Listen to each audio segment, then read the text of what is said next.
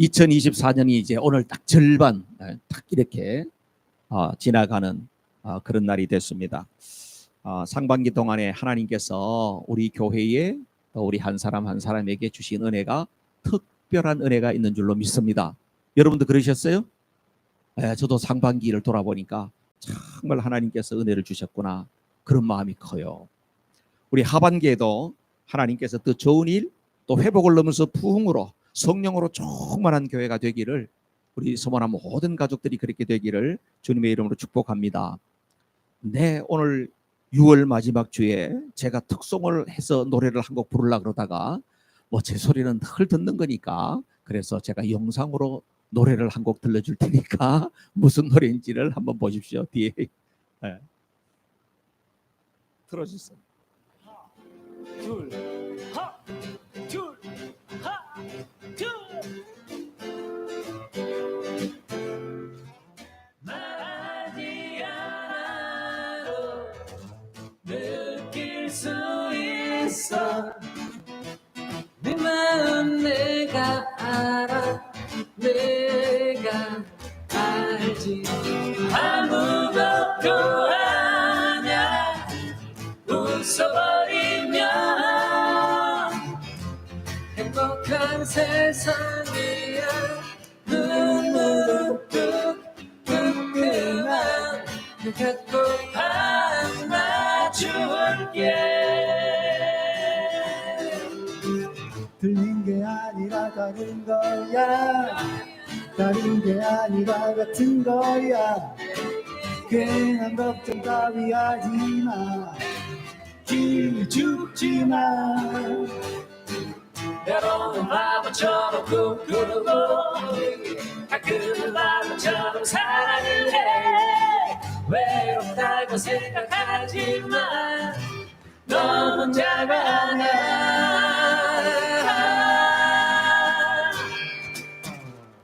말하지 않아도 느낄 수 있어. 네 마음 내가 알아. 내가 알지. 아무것도 아냐. 웃어버리면 행복한 세상이야. 눈물을 뚝뚝 그만 네가 꼭 안아줄게.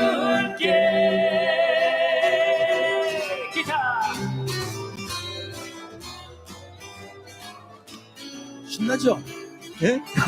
예, 여기까지만 들을게요. 할렐루야. 무슨 노래예요? 들어보셨어요? 못 들어봤어요? 처음 들었어요? 뭐 반응이 없어. 처음 들으시에요? 네, 저도 설교 준비하다가 뭘 찾다 보니까 처음 들었어요. 근데 보니까 오늘 설교하려고 내용하고 상당히 좀 매치가 됐어. 안아드립니다라는 노래예요. 안아드립니다. 그렇죠, 여러분? 안아주면 어때요? 말 안 해도 알잖아. 그냥 이렇게 안고 있으면 이 감정이 전달되잖아. 그렇죠? 여러분, 힘들 때 누구가 안아주면은 다른 말 안 해도 때로는 눈물이 나기도 하고, 때로는 마음속에 막 화가 났던 것이 풀어지기도 하고 그렇잖아요. 그렇죠? 안아준다고 하는 것이 이렇게 굉장한 힘이 있다고 하는 것을 이야기하고 있죠. 자, 안아준다고 하는 게 뭐예요? 영어로는 허그 하는 거죠. 허그 하잖아요. 그죠? 오늘 은비가 날 안아주더라고요. 목사님 생일 축하해요. 안아줘서 카드 써왔어요. 그림 누가 그렸니? 내가 그렸니? 오빠가 그렸어? 너가 그렸어? 야, 그림을 너무 잘 그렸어. 야, 토끼야? 토끼를 너무 잘 그렸더라. 고마워. 네, 안아준다는 것은 허그잖아요. 영어의 그 허그라고 하는 말의 원래 의미가 뭐냐 하면은요, 편안하게 하다, 위안을 준다, 그런 뜻이에요. 인사법 가운데에서 어떤 나라들은 다 이렇게 앉는 걸 많이 하잖아요. 그죠? 네. 미국 사람들도 뭐 허그를 많이 하는데, 허그할 때 편안하고 위안이 됩니까? 너무 적당히 이렇게 하니까 그런 것 같아요. 그죠? 안아준다고 하는 것은 바로 뭐냐 하면, 그 안아주는 것 자체만으로도 위로가 전달이 된다. 안아주는 것 그 자체만으로도 어떤 약보다도 더 강력한 치료의 효과가 있대요. 미국의 정신 신체의학 협회에서도 이야기했대요. 안아주면 건강해진다. 안아주면 스트레스가 풀린다. 부부간에도 살다 보니까 여러분 좀 안아줍니까? 자주 안아줘요? 장모님 자주 안아요? 어떠세요? 장모님 자주 안아요? 뭐 이렇게 물으면 어떤 분들이 이렇게 아유 목사님 뭐 지금 이 나이에 우리는 전우애로 삽니다. 이런 사람도 있어요. 평생 고난을 헤쳐온 전우애로 살지 뭐 그렇게 그래요? 부부간에 많이 알아주면요 장수한대.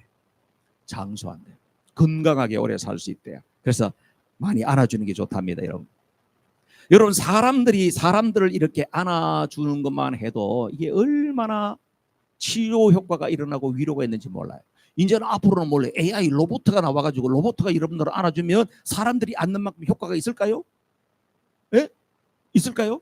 앞으로 이제 로봇가 저벅저벅 걸어와가지고 목사님 이러고 나서 나를 안아가지고 사랑해요 뭐 이러면은 뭐라 그럴까요? 내가 위로가 될까요? 징그럽다 이러지 않겠어요? 네. 사람이 사람을 안아줄 때에 여기에 굉장한 치료 효과가 있다. 그런데 여러분 사람들이 사람을 안아주는 것만 해도 이렇게 큰 치유가 일어나는데 우주 만물의 주인이신 하나님께서 나를 안아준다. 그런 생각 해보셨어요? 하나님이 나를 안아준다. 눈을 한번 감아보세요. 그러고 나서 발을 이렇게 해가지고 하나님 앞에 있다고 내가 하나님 앞에 안기는 걸로 이렇게 한번 딱 느낌을 한번 가져보세요. 온 우주 만물의 주인이신 하나님께서 내가 너를 사랑한다. 내가 너를 택하고 지명하였다. 내가 네 이름을 내 손바닥에 새겨놨다. 사랑한다. 주님이 우리에게 그렇게 말씀하신다고 하면 얼마나 행복하겠어요. 그렇죠? 눈을 뜨셔도 돼요. 오늘 신명기 말씀을 읽었는데요. 여러분 신명기 말씀은 신명기는 무슨 책이냐 하면은요. 누가 썼어요? 신명기는? 모세가 썼어요. 모세 아시죠? 모세가 이스라엘 백성들을 이끌고 광야 생활을 쫙 돌고 난 다음에 40년 동안 광야 여정을 다 마치고 이제 마지막으로 가나안 땅에 들어가야 되는데 모세는 못 들어가게 돼요. 그러니까 하나님께서 모세에게 자 너는 여기까지다. 이 모압 평지에서 너는 여기까지다. 그러니까 모세는 너무 섭섭할 거 아니야. 지금까지 사람들 데리고 가나안 땅으로 하나님 약속의 땅으로 젖과 꿀이 흐르는 땅으로 인도합니다. 그러고 나서 쭉 따라오라고 해가지고 자기는 인도했는데 막상 자기는 못 가게 된다. 얼마나 섭섭했겠어요. 만약에 여러분들 같아서 뭐 어땠을까? 하나님 나를 40년 동안 써먹고 나한테 이럴 수 있어요? 막 그럴 거 아니야. 나는 그랬을 것 같아. 그런데 모세는 그러지 않고 모세도 하나님 앞에 부탁을 했어요. 하나님 나 한 번만 보면 안 될까요? 나 거기 들어가서 나가 죽어도 되니까 거기 땅을 한 번만 밟아보면 보면 안 될까요? 그렇게 이야기했더니 하나님께서 됐다. 그 이야기는 자꾸 하지 마라. 하나님도 마음 아픈 거예요. 그래서 그래도 네가 그 땅을 보게는 해줄게. 그러면서 거기 느보산이라고 높은 산에 거기 올라오라 그래가지고 앞으로 이스라엘 백성들이 살 가나안 땅을 모세가 쫙 볼 수 있는 기회를 하나님 주셨어요. 그런데 모세가 그 상황에서 무슨 이야기를 했냐 하면은 자기는 못 들어가지만 이제 이스라엘 백성들은 여기 남아 있잖아요, 그죠? 그 이스라엘 출애굽이 2세대들 세컨 제너레이션 사람들이 거기 많았는데 그 사람들에게 무슨 이야기를 하냐면 40년 동안 하나님이 우리를 어떻게 인도하셨는지, 우리가 믿는 하나님은 어떤 분이신지, 그리고 여러분들이 그 가나안 땅에 들어가서는 어떻게 살아야 되는지 그 이야기를 너무나도 생생한 설교를 3편을 했다 이거예요. 3편. 그게 바로 신명기 말씀이에요. 자, 근데 오늘 말씀은 그 중에서도 이런 내용인데 한번 잘 보세요. 언제를 생각하면서 이야기했는가 하면 31절 말씀 보세요. 31절 다 같이. 자, 31절. 그래요. 우리 한국말로 읽으면 잽싸게 우리 성준이가 또 읽는 거예요. 자, 광야에서 시작. 광야에서도 너희가 당하였거니와 사람이 자기 아들을 아는 같이 너희 하나님 여호와께서 너희의 행로 중에 너희를 아느사 이곳까지 이르게 하셨느니라 하나. And in the desert there you saw how the Lord your God carried you, as the father carries his son all the way until you reach this place. 아멘. 이게 무슨 이야기냐 하면 하나님께서 이스라엘 백성들을 40년 동안 인도하셨는데 모세가 지금 언제 때 끝을 이야기를 하고 상상하면서 이야기를 하느냐 하면 출애굽을 해가지고요 쫙 내려오면서 홍해를 건너고 그죠? 그다음에 막 광야길 거기 하면서 이스라엘 백성들이 어디로 가냐면 시내산에 왔다가 거기에서 십계명을 받고 그리고 난 다음에 또다시 막 광야길을 올라가다가 이제 가나안을 바로 앞에 두고 거기에서 가데스 바네아라고 하는 곳에 딱 오게 된 거예요.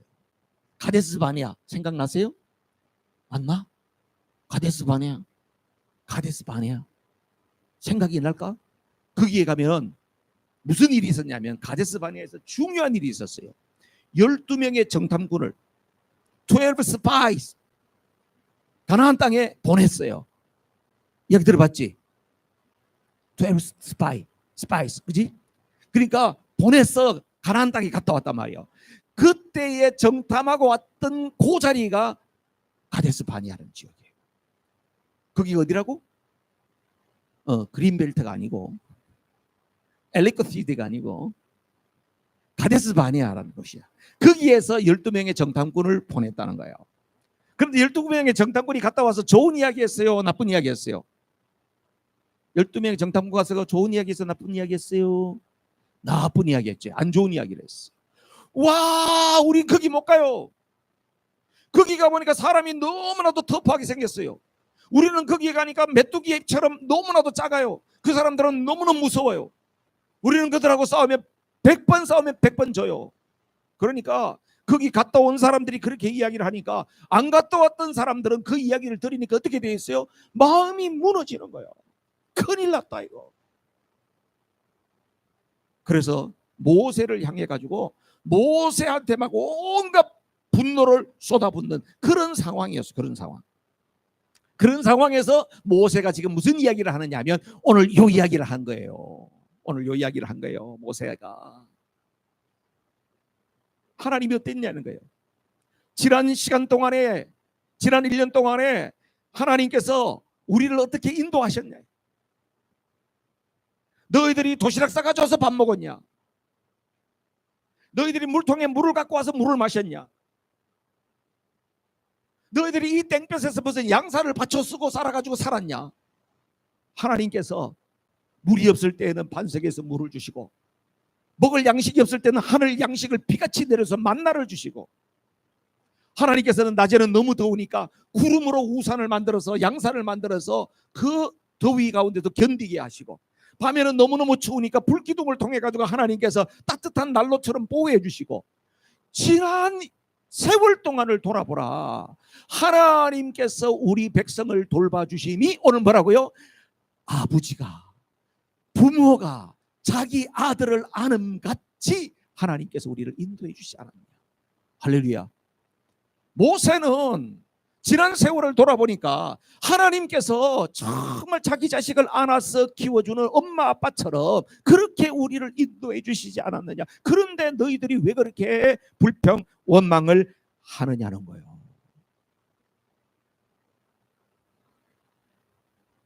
이거 비슷한 이야기를 한 데가 또 있어요. 출애굽기 19장에 보면 이런 말씀이 나오거든요. 출애굽기 19장 시작. 나의 애굽 사람에게 어떻게 행하였음과 내가 어떻게 독수리 날개로 너희를 업어 내게로 인도하였음을 너희가 보았느니라.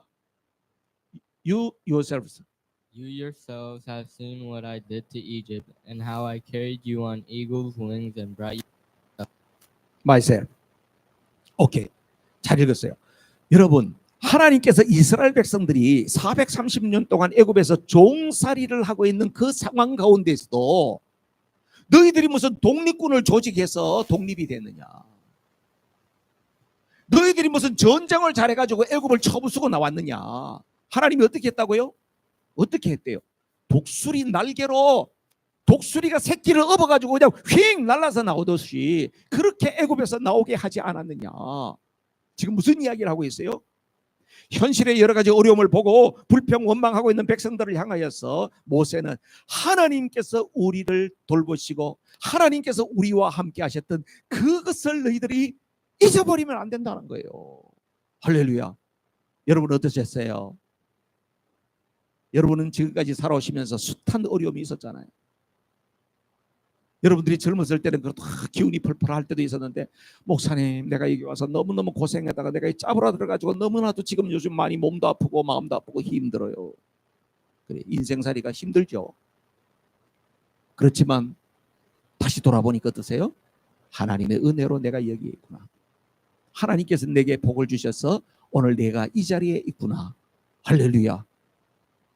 어른이 되면 이런 생각이 많이 든단다.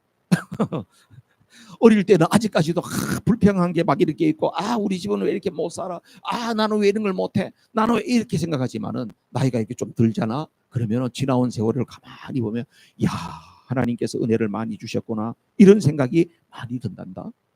자, 그렇다고 하면 이스라엘 백성들은 이 하나님께서 이렇게 하셨다고 하는 것을 모세가 이야기할 때에 여러분들처럼 제가 여러분한테 이야기하면 아멘 이야기하는데, 이스라엘 백성들은 아멘을 했을까요, 안 했을까요? 했을까 안 했을까? 이스라엘 백성들은 모세가 부모가 자식을 안아서 하듯이 하나님이 그렇게 하지 않았니? 하나님께서 독수리 날개로 업어서 이렇게 이스라엘 백성들 우리를 구원해 주시지 않았니? 이렇게 이야기하니까 이스라엘 백성들이 아멘 이렇게 했을까요, 안 했을까요?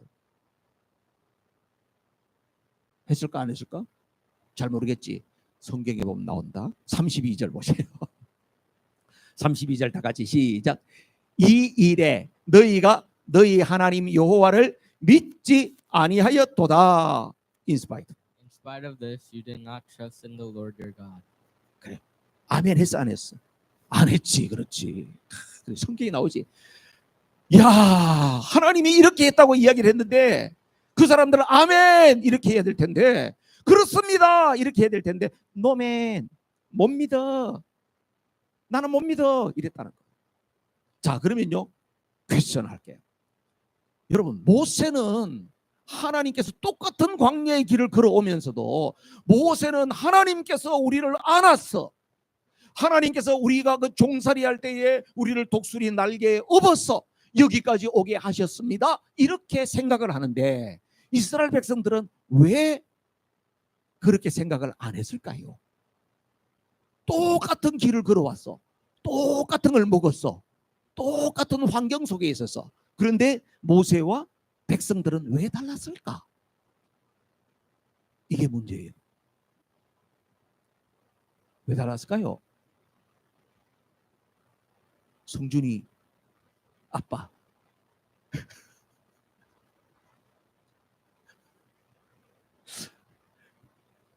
그래요? 성준이 아빠가 이 집에서 예수님을 제일 늦게 믿어가지고 아직 잘 모르겠대. 넌 알겠니? 아빠한테 한 수 가르쳐 줄 수 있겠니? 왜 그랬을까요? 이스라엘 백성들은 뭘 봐요? 눈앞에 펼쳐져 있는 환경만 계속 보는 거예요. 힘든 환경만 계속 보는 거예요. 자, 모세도 똑같은 힘든 길을 걸어가요. 근데 모세는 누구를 봐요? 하나님의 약속을 붙잡고 하나님께 시선을 항상 맞추고 있어요. 그러다 보니까 문제 앞에 해결하는 방법도 달라요. 이스라엘 백성들은 환경만 계속 보니까 누구를 탓해요? 모세를 탓해요.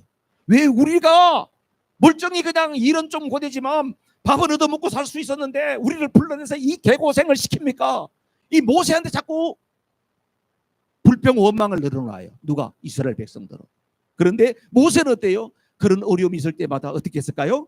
하나님 앞에 가서 무릎을 꿇고, 하나님 백성들이 지금 이렇게 폭동이 일어나기 지경입니다.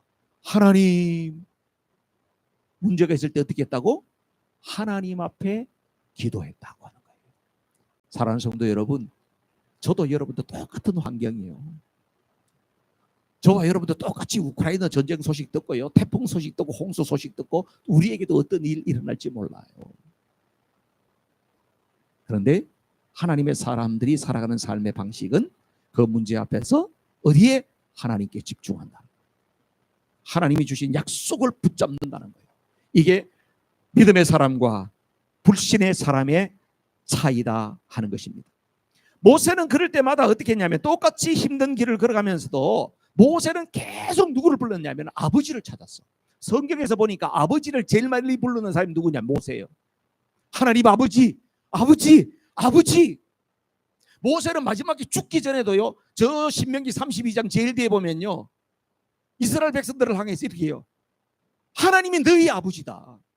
자기가 평생 아버지, 아버지, 아버지를 찾다가 마지막에 죽기 전에도 이스라엘 백성들한테 하나님이 너희 아버지다. 그러니까 어떻게 하라고? 아버지 찾으라는 거예요. 아버지 찾으면 그 아버지가 너희들을 품에 안아주신다는 거예요. 여러분, 성경에는 하나님께서 우리를 품고 가시는 그런 모습이 여러 군데 나옵니다. 보시라고 하는 그런 신학자가 계시는데요. 이 보시라고.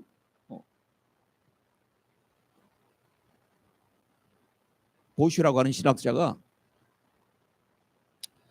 하나님께서 우리를 안아주시는 그런 장면을 성경에서 찾았는데, 첫 번째 어떤 장면이냐면 예수님께서 십자가상에서, 예수님 십자가에서 어떻게 달리셨어요? 왜 달렸어요? 십자가에 목을 매달은 거예요? 십자가에 어떻게 달리셨어? 은비야, 예수님 십자가에 어떻게 달리셨는지 포즈를 한번 해볼래? 어떻게 했지? 그렇지. 이렇게 달리셨어. 그렇지. 십자가 이렇게 달리셨어요. 이렇게 달리셔가지고 예수님께서 십자가에서 7마디 말씀을 하셨는데, 첫 번째 이야기가 뭐였냐? 첫 번째 뭔지 알아? 첫 번째 이야기가 이거예요. 예수님께서 얼마나 속상하겠어요, 그죠? 예수님을 따라다니고 예수님하고 막 오병이하면 떡도 얻어먹고 말씀 듣고 막 이랬던 사람들이 깨끗하게 바뀌어가지고 예수님 죽이라고 막 이렇게 막 나쁜 사람으로 바뀌었단 말이에요. 그러니까 여러분 얼마나 속상하겠어요. 그럼 예수님이 십자가에서 이렇게 달려있다가 정말 화가 나니까 팍 뛰어내려와가지고, 그러고 나서 다시 올라가가지고 이렇게 할 수도 있잖아. 예수님이 그렇게 하실 수도 있는 능력은 있단 말이에요. 그런데 예수님은 능력을 자기 일을 위해서 그렇게 쓰지 않았어요. 그러고 나서 딱 십자가에 못 박히셔서 뭐 했냐면 첫 번째 이야기예요. 아버지요, 저들을 용서해 주세요. 자기들이 하는 것을 다 몰라서 그렇습니다. 그래서 보시라고 하는 신학자는 예수님께서 십자가에서 양팔을 벌리신 것은 자기를 향하여서 저주하고 욕하고 핍박하는 그 사람들까지 다 품으시겠다고 하는 그 팔이다. 너무너무 은혜가 되더라고요. 예수님이 양팔 벌리고 이렇게 있는 것이 모든 사람을 품겠다고 하는 그런 사랑이다. 두 번째, 하나님의 사랑이 또 나타나는 것이 누가복음 15장에 보면은 누가 나옵니까? 탕자의 비유가 나와요. 탕자의 비유 아시죠? 아버지한테 돈 다 달라 그래가지고 나가가지고 다 먹고 마시고 거지가 돼가지고 그렇게 해서 나중에 돌아온 아들이 있지 않습니까? 아버지가 그 아들을 어떻게 맞이합니까? 저 멀리서 벌써 거지 꼴이 됐는데도 돌아오는 아들을 딱 알아보는 거예요. 아버지는. 왜 알아봤을까요? 어떻게 알아봤을까? 아버지가 저 멀리서 보니까 버스 정류장에 저쪽에 있잖아, 성주군. 옛날에 성주군 그 상울장에서 보면 저 밑에서 마을에 버스 가는데 누구 뚝 내리면은 보면 아이고 누구네, 철수네 저거 장과 가지고 오는구나, 이렇게 다 멀리서 보면 알잖아요. 그런데 아들이 나갔다가 완전 거지가 되고, 거지가 아버지를 한눈에 알아봐요. 왜 알아볼까요? 아버지는 그 아들을 매일매일 기다렸거든. 그런데 아버지가 어떻게 해요? 그 거지가 돼가지고 냄새나고, 그리고 어떻게 보면 너무너무 화나고, 아버지 재산을 가서 다 탕진한 그 아들을 아버지가 어떻게 해요? 가서 안아주잖아요. 그래서 이 보시는 누가복음 15장 탕자의 비유에서 양팔을 벌리고 맞아주시는, 배신하고 나간 아들까지도 안아주시는 하나님의 그 사랑이 여기 있다. 그 다음 세 번째로는 삼위 하나님, 삼위일체 하나님, 여러분 삼위일체 하나님 들어보셨죠? 삼위일체 하나님. 삼위일체 하나님이 성삼위께서 어떻게 계시느냐면 서로 팔을 벌리고 같이 하나가 되어 있다. 예, 여러분 하나님이 이렇게 계세요. 하나님. 그런데 여기 성부, the Father, 성자, Son, 그 다음에 성령 이렇게 있어요. Holy Spirit 이렇게 있습니다. 그럼 성삼위 하나님이 어떻게 되어 있느냐? 이게 사실은 삼위일체를요, 이 글로 표시를 한다고 하는 것 자체가 이거는 항상 한계가 있는 거예요. 그러나 조금 이해가 쉽게 하자면 이런 거예요. 성부 하나님도 하나님이셔. 성자 예수님도 하나님이셔.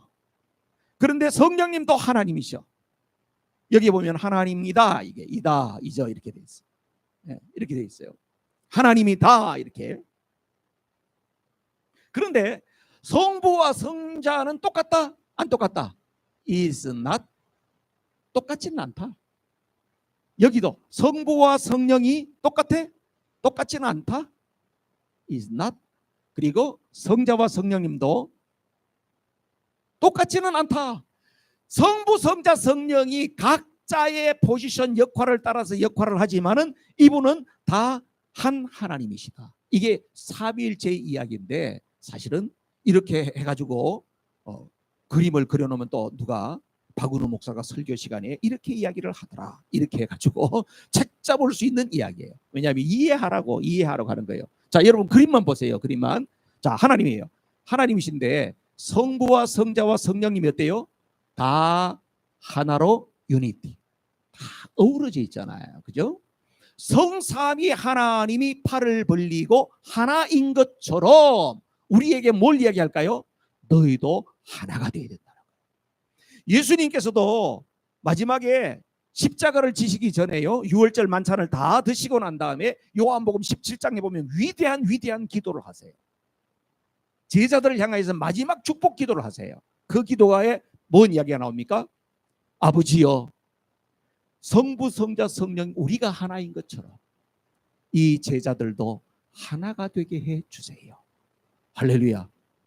예수님을 믿는 사람들이 어떻게 살아야 되는가를 말해 주는 것입니다. 여러분, 하나가 돼야 돼요. 하나가 되려면 어떻게 될까? 팔을 벌려야 돼. 팔을 벌려야 돼. 이게 포용한다는 거예요. 받아들인다는 거예요. 자, 누가 오면 팔을 벌리잖아요. 여러분, 팔을 벌린다고 하는 것은 뭘까요? 내 공간 안으로 너 들어와도 돼, 이거예요. 그죠? 성준아.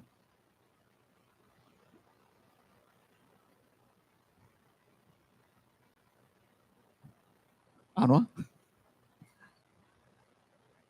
팔을 벌린다고 하는 것은 뭐냐면은 너 내 공간 안으로 들어와도 돼. 그런 이야기예요. 오케이? 올래? 오케이. 자, 그러면 어떻게 해요? 왔어요. 자, 그러면은 왔잖아요. 예. 그러면 어떻게 해야 될까요? 제가 기다렸죠. 가서 강제로 손을 잡고 끄집어 당겨가지고 그러면 안 되겠죠. 팔을 벌리고 기다려줘야 돼요. 들어올 때까지. 기다려줘야 돼요. 그러고 난 다음에 들어오면 어떻게 해요? 부드럽게 이 아이하고 호흡을 하고 다독거려야 돼요. 옛날에 우리 할아버지들 그랬어요. 손자, 손녀, 이러면 손자, 손녀가 오면 너무 귀엽다고 막 입법보단 수염으로 막 애를 막 문질러 버리고 막 이렇게 해가지고 그 다음에는 할아버지가 오라면 어떻게 해요? 아이고 도망가잖아요. 그러니까 어떻게 해요? 부드럽게 해야 되죠. 윽박지르거나 힘들거나 확 쪼거나 이렇게 하면 안 되겠지요. 우리의 관계도 마찬가지예요. 팔을 벌려야 돼요. 교회는 팔을 벌려야 돼요. 다 웅크리고 앉아가지고 요 팔짱 끼고 이렇게 앉아 있어가지고 누가 내 안에 못 들어오게 아예 방어하는 거야 이렇게. 그러면 안 돼요. 팔을 벌려야 돼요. 네. 그래 누구도 나는 받아줄 수 있다. 그리고 기다려줘야 돼요. 기다릴 수 있어야 돼요. 그리고 들어오잖아요. 그러면 그를 부드럽게 교감이 이루어져야 돼요. 이게 바로 뭡니까? 포용이에요. 주님께서 우리에게 본을 보여주신 성삼위 하나님에게 우리에게 보여주신 허의 모습이라. 그런데 이걸 계속 껴안고 있을 수 있어요? 그러면 안 되겠지. 그리고 또 어떻게 해요? 풀어놓아 줘야 돼. 그래 가서 이 사람은 이 사람의 일을 하면서 그 허그가 계속 반복될 때 어떻게 될까요? 관계가 깊어져 가는 거예요. 할렐루야. 여러분, 우리 교회 안에 이런 주님의 따뜻함이 있기를 주님의 이름으로 축복합니다. 교회는 바로 그런 곳이어야만 합니다. 지금 세상에 우리 아이들이 나가서 미국에서 공부 배우는 거는요, 너무나도 이기적이고, 아이들은 이기적이라면 기분 되게 싫어해요. 개인주의적이고, 개인주의. 다른 사람일에 관심 두지 말라는 거야. 너는 너야, 너만 하면 돼, 그거예요. 그러나 성경은 그렇게 이야기하지 않아요. 성경은 이타적이에요. 항상 다른 사람을 배려하라고 이야기해요. 내가 지금 이런데 다른 사람은 어떨까를 항상 생각해 보라는 거예요. 신앙의 성숙이라고 하는 것은 점점 다른 사람을 향한 마음이 커져가는 것이 신앙의 성숙인 줄로 믿습니다. 자, 그러면 하나님이 날 안아줬는지 안 안아줬는지를 어떻게 할까? 이게 문제네. 요거 하나만 생각하자. 하나님 너 안아주는 것 같아? 사무엘, 하나님 안아주는 것 같아? 오, 야, 와우, 야, 대단한 발견을 하셨는데, 야, 목사님도 만날 때 그런 생각을 못했는데, 야, 대단하다.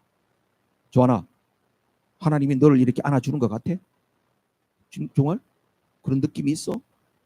하나님이 너를 이렇게 사랑한다, 조하나, 그렇게 안아주는 것 같아? 그래? 은비는? 그런 것 같아 너도? 서인이는? 모르겠어? 그렇다는 거야, 그렇다는 거야. 머리가 막 마음대로 돌아가는데. 오케이. 성준이는 하나님이 널 안아주는 것 같아? 오케이. 자, 여러분은 어떠세요? 하나님이 여러분 안아주시는 것 같아요? 그래요? 네. 하나님 안아주셔? 안아주세요? 자, 그러면요, 하나님이 나를 안아줬다 안 안아줬다는 것이 무슨 하나님이 무슨 뭐 손흥민 사인해 주듯이 무슨 사인을 해준 것도 아니고, 이걸 어떻게 알 거냐 하는 거예요. 그걸 어떻게 알 거냐? 하나님께서 나를 안아준다고 하는 것은 어떤 밖으로 드러나는 것은 없지만은 하나님과 나만 아는 경험이에요. 주님을 만난 사람은 자기가 주님을 만났다는 것을 확실히 알아요. 그런데 자기가 만난 것을 이야기를 하려고 그러면 그것이 잘 되질 않아요. 그러나 나는 그래도 분명히 주님을 만났다. 주님이 내 안에 확실히 계신다고 하는 것을 아는 거예요. 이걸 보고 이런 거예요. 이거 한번 먹어봐. 먹어봐야 맛을 알지. 어디서 많이 들어봤죠? 약장사가 옛날에 안 먹어본 사람은 모른다는 거예요. 그죠? 하나님의 은혜도 경험해 본 자는 안다는 거예요. 제가 오늘 이렇게 이야기하면 여러분들이 주님을 만난 경험이 있는 사람은 옳거니 하면서 자기가 그 생각이 딱 나는 거예요. 자기가 주님을 만났던 그 시점으로 탁 가는 거예요. 그런데 그런 경험이 나 한 번도 없었어. 그럼 뭐지? 지금 목사님 무슨 이야기하지? 목사님 지금 자다가 요광 들고 배구하는 소리를 하는데 난 도저히 이해할 수 없네. 이렇게 될 수가 있다는 거예요. 경험한 자는 압니다. 이걸 보고 뭐라 그런지 아세요? 성령이 우리 안에 내적인 확신을 줍니다. 여러분 속에요, 내적인 확신이, 작은 확신이 올 때에 그것을 붙잡아야 돼요. 엘리야가 아합하고 대결하면서 가물었을 때에 보니까 다시 비가 내리게 하는 거 있잖아요. 3년 6개월 동안 비가 안 왔는데 엘리야가 머리를 여기 무릎 속에 넣고 하나님 앞에 기도하잖아요. 기도하면서 사환에게 뭐라고요? 야, 무슨 징조가 보이냐? 쭉 보더니 아무 징조가 안 나는데 알았다. 또 기도하잖아요. 그러고 나서 뭐 보이냐? 아무것도 안 보이는데요. 또 기도하는 또 기도하는 거. 하나님 비를 내려주세요. 그리고 사환에게 몇 번째? 7번. 7번째 딱 가더니 사환이 딱 이야기하는 거예요. 선생님, 손바닥만한 뭐 구름이 하나 보입니다. 여러분, 우리에게 하나님께서 확신을 줄 때는요, 어떤 때는요 막 큰 구름이 올 수도 있지만 손바닥만한 구름이 떠오르기도 해요. 그러면 그걸 붙잡고 하나님 앞에 확신을 가지고 하나님 앞에 나아갈 때에 그것이 우리 안에 은혜의 비가 쏟아지는 역사가 일어나는 것입니다. 그래서 여러분, 우리가 주님을 만났던 그 작은 하나의 경험들을 소홀히 여기면 안 돼요. 하나님께서 내게 은혜 주셨던 거, 여러분이 기도했는데 응답받았던 거, 그걸 소중히 여기셔야 돼요. 그리고 이 은혜의 그 분위기 속에서 그 은혜의 우산 그늘 속에 있으려면 어떻게 해요? 하나님이 내 아버지가 되신다고 하는 것을 자주자주 생각해야 돼요. 그래서 하나님을 늘 불러야 돼. 아빠, 아버지, 아빠, 아버지, 아빠, 아버지. 아이들도 어릴 때는 아빠, 아빠, 아빠, 아빠 이렇게 잘 부르잖아. 근데 사춘기가 되면 어떻게? 아버지 잘 불러? 아버지, 아빠 잘 불러? 잘 안 불러? 아버지 하면서 피해. 야, 아버지 왔다. 어서 이렇게 하고 나서 그냥 자기 방으로 가버려. 아빠를 잘 안 불러. 왜 그래? 사춘기니까. 사춘기 때는 좀 마음이 불편해, 아빠하고. 근데요, 하나님 아버지는 진짜 좋은 아버지야. 그래서 아빠, 아버지, 하나님 아버지, 아버지. 여러분들은 아빠, 아빠, 아빠를 자주 부르라는 거예요. 모세가 하나님 아버지를 성경에서 제일 많이 부른 사람이에요. 그러니까 우리도 하나님 아버지를 많이 불러야 된다. 그리고 난 다음에 어떻게 해요? 내가 늘 하나님의 품 안에, 아까 잠깐 여러분들이 느끼신 것처럼 내가 하나님 품 안에 안겨 있는 것 같은 그 느낌을 항상 가지면서 그것을 내 상상력을 통해서 오늘도 하나님께서 나를 품어주시는구나. 내가 지금 많이 힘들지만 주님께서 나를 품고 계시는구나. 내가 지금 너무나도 힘들어서 기도할 힘도 없는 이때지만은 하나님께서는 나를 지금 품고 있구나. 이 상상력이, 여러분 신앙생활 때 이런 상상력이 필요한 겁니다. 실제 한 10년 전에 호주에서요, 어떤 산모가 애를 쌍둥이를 낳았어요. 쌍둥이를 낳았는데 너무 조산했어. 뭐 칠삭둥이 있잖아요. 7개월도 채 되기 전에 낳았어요. 그러다 보니까 애가 죽었어. 죽었는데요, 그래서 의사가 미안합니다, 애기가 하나가 숨을 안 쉬고 죽었다고. 그랬더니 엄마가 너무 슬퍼가지고 애를 마지막으로 보내기 전에 한번 안아보고 싶다고 그 이 아이를 갖다가 엄마 가슴에다가 살과 살을 맞대게 이렇게 했어요. 좀 있으니까 애가 심장이 다시 뛰기 시작하는 거예요. 뒤로고 뒤로고. 품에 안으니까 뭐가 돌아와요? 생명이 돌아와요. 하나님이 우리에게 생명을 주시기 위해서 우리를 안아주시는 줄로 믿습니다. 그 하나님이 우리 하나님이세요. 그래서 우리는 어떻게 해요? 그 하나님의 품 안에 안겨있는 내 모습을 늘 상상하면서 하나님을 자꾸 불러야 돼. 아빠, 아버지 불러야 돼. 그럴 때에 놀라운 일이 일어납니다. 이번에 청소년 수련회 가는 우리 친구들 4명 가죠? 이번에 가시면 여러분에게 놀라운 일이 기다리고 있어요.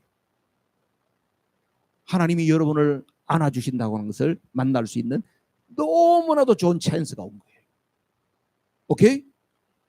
거기 가서 이번에 반드시 하나님께서 나를 안아주시고 하나님이 나를 사랑하신다는 것을 내가 이번에 꼭 경험하고 오게 해주세요. 여러분들이 꼭 그렇게 기도하면서 가셔야 돼요. 알았죠? 그러고 나서 3박 4일 후에 목사님이 여러분들 맛있는 거 사주려고 기다리고 있을 거야. 그러면 그때 딱 가서 여러분들이 하나님을 만난 이야기를 목사님한테 이야기해 주면 목사님한테도 최고의 선물이 될 줄로 믿어요. 여러분, 하나님 품에 안길 때 진짜 평안이 옵니다. 그러면 세상이 줄 수도 없다, 알 수도 없다는 게요, 그거예요. 그 다음에 하나님 한 번 만나잖아요. 인생이 그때부터 확 달라져요. 주님 만나게 되면요, 주님 만나고 주님이셨어요. 예, 아유 주님 그렇게 생기셨군요. 이게 아니에요. 주님을 딱 만나고 나면 그 인생이 확 달라져 버려요. 왜냐하면 그 전까지 살아왔던 삶 가운데서 내가 쓸데없는 곳에 무가치한 일에 이렇게 많은 에너지와 열정을 쏟고 살았구나. 주님을 만나고 나니까 진짜 가치 있는 일, 진짜 복된 일이 뭔지가 확 깨달아지기 때문에 삶의 방향이 확 바뀐다 이거예요. 그렇게 되기를 주님의 이름으로 축복합니다. 천국에 갔더니 어떤 사람들이 쭉 자기의 살아왔던 발자국 이야기 들어보신 기억이 나지요? 주님께서 네 살아왔던 발자국 한번 봐라 그랬더니 쭉 보니까 있는 거예요. 근데 옆에 항상 누가 있어, 같이 걸었어. 이건 뭐죠? 내가 너와 함께 걸었지. 그러셨군요. 주님이 나와 함께 걸으셨군요. 쭉 보니까 자기가 한때 인생에 가장 힘들었을 때 보니까 발자국이 하나밖에 없는 거야. 주님, 그러면 그랬지. 내가 저때 얼마나 힘들은지 아세요? 주님, 그때 어디 가셨어요? 내가 그때 너무너무 힘들었을 텐데 주님은 어디 가셨어요? 자세히 봐라. 자세히 봤더니 그 발자국이 자기 발자국이 아니고 우리 주님의 발자국이다. 네가 쓰러져 있을 때 내가 너를 안고 그랬다.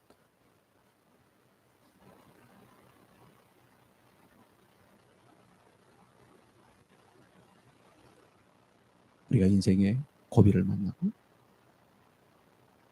절망이 찾아올 수도 있고 위기가 찾아오기도 해요.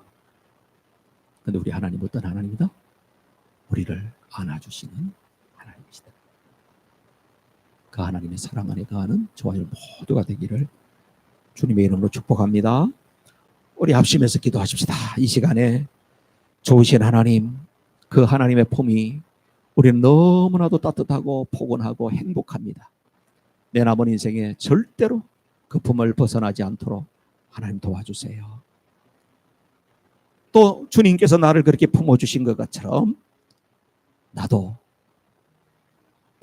양팔을 넓게 열고 누구든지 받아주고 품어주고 위로해주고 하나님의 사랑을 흘려보낼 수 있는 그런 사람이 되게 해주세요. 이런 마음으로 합심해서 기도합니다. 할렐루야. 우리 하나님 아버지,